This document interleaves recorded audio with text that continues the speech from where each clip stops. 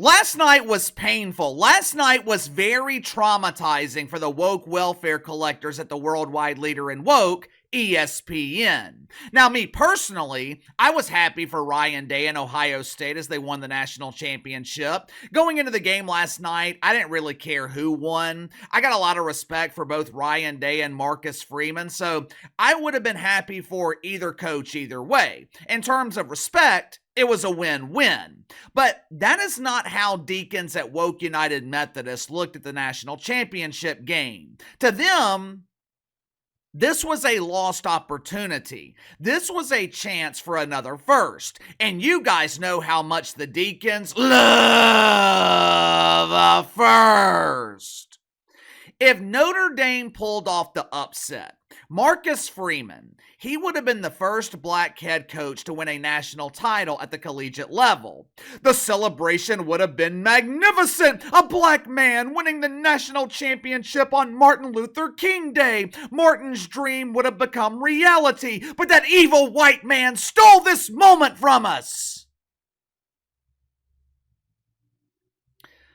To his credit, Marcus Freeman, he didn't give a damn about race going into the national championship. Matter of fact, he shifted the conversation away from race after ESPN put a double coat of polish on the turd and tried to trick him into biting into the shit sandwich.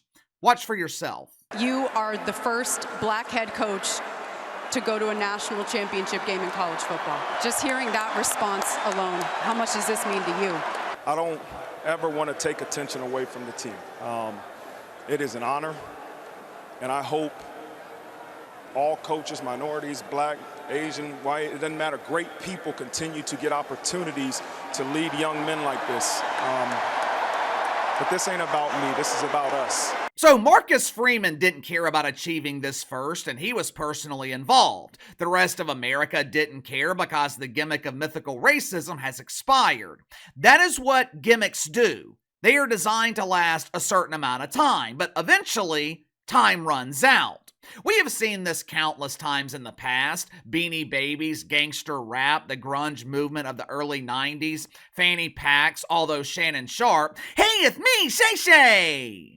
The grown man who calls himself Shay, he is desperately trying to make fanny packs popular again, along with grown men walking around with purses. So far, the only people following this trend is Shannon Sharpe himself and the top dancer at Club Shay Shay, the dancing queen, Jackie Mahomes. Speaking of Jackie, did you guys see the exciting announcement?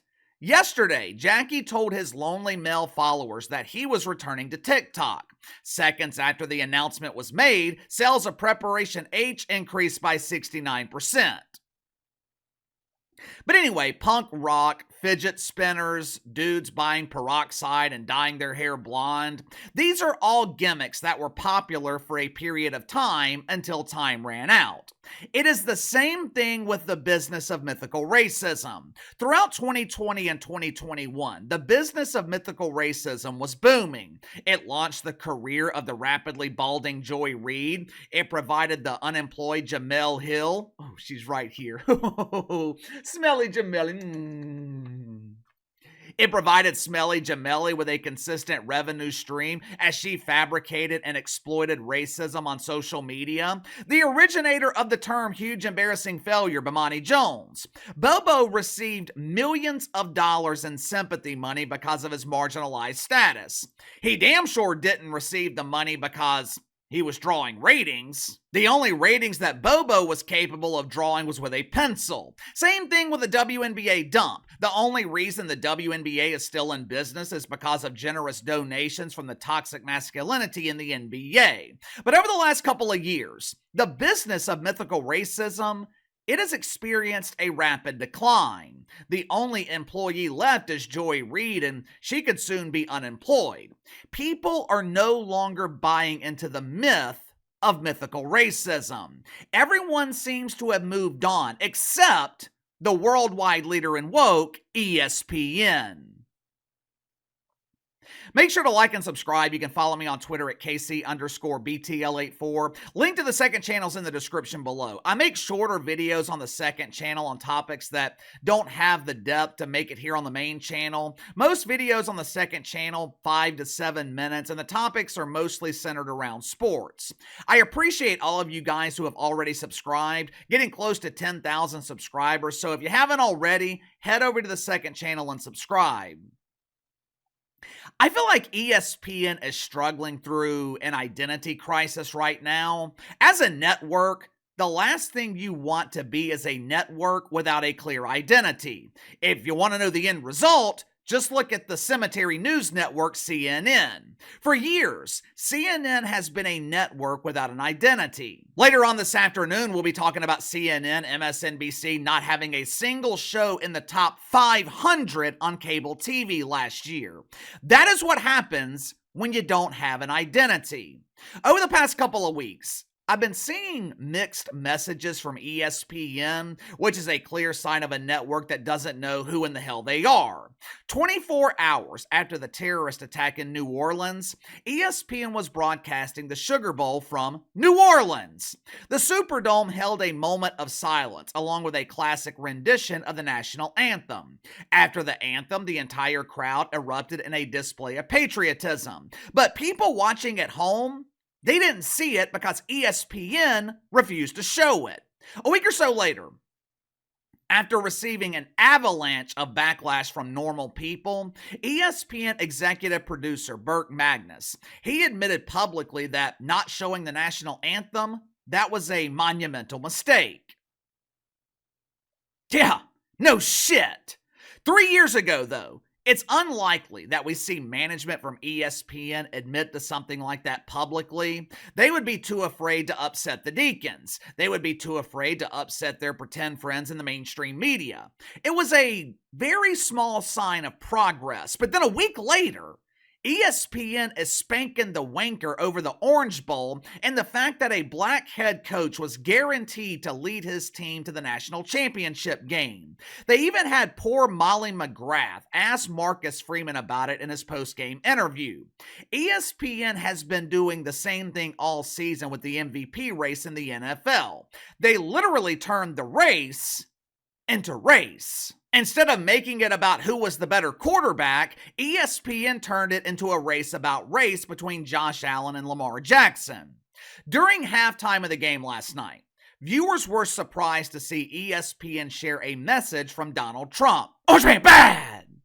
5 years ago, that would never happen. Trump could feed starving cows in Ethiopia, and ESPN would blame him for giving the cows the fuel needed to produce toxic flatulence, which would warm the planet. Now, ironically enough, they would never criticize the whoopee cushion on The View for producing boodle breeze that is far more powerful and dangerous than starving cow flatulence. The point is, ESPN continues to send mixed messages, which is exactly what happened yesterday morning on First Take, formerly known as Woke Take. The show is still hosted by the increasingly insufferable Molly Karam. Like her sister in Woke, Joy Taylor, Molly mistakenly believes that she's one of the stars of the show. Have you guys ever noticed that ESPN FS1, they never have women on these shows that are veterans in sports media? They never have women on these shows that have been covering the NFL or the NBA for 20, 25, 30 years. I wonder why. Anyway, since they were in Atlanta for the national championship game, ESPN had one of their lead college football analysts, Desmond Howard, on the show. Now, you might be wondering, if they needed a lead analyst, why didn't they choose Kirk Herbstreit? He is the face of college football at ESPN. As you're about to see, ESPN needed someone to fill a specific role. They needed someone who was willing to read the script, someone who was willing to spread the narrative, and Desi Howard, he played the role to perfection. Watch it for yourself. They were able to pull off the upset. Right. What impact would that have on college football? Because they're kind of like the Cowboys of college football. Yeah, well, first and foremost, Happy Martin Luther King Jr. Day. Yes. Absolutely. How And so about we that? have a black coach coaching the national championship game tonight. And if he's able to pull that off tonight against that team In Atlanta. in Atlanta, Historic. I mean, you could not write a better script. You're right. You just couldn't do it. How out of touch can you be? How out of touch can you be with normal people, your base audience? This segment was classic ESPN. It was an overproduced turd. I have seen reality shows that were realer than that segment. Did you notice the question from Molly Karam? I will give Molly credit. She played her role to perfection here. Instead of inserting her doofus opinion that no one cares about, Molly did exactly what she was asked. ESPN handed her a question and she read it verbatim. What impact would Notre Dame have on college football if they won the national championship?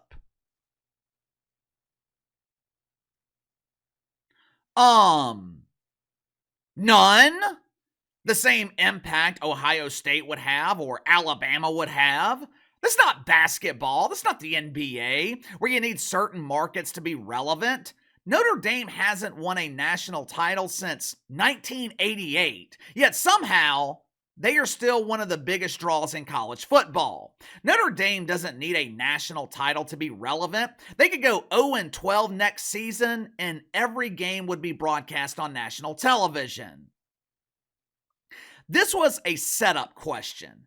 This question was given to Molly Karam so she could set up Desmond Howard, and he could read the answer that ESPN provided. The entire segment was designed to indoctrinate the audience to get them thinking about race, because I guarantee you, most people watching First Take yesterday morning, they hadn't thought about it, and I would imagine they haven't thought about it since.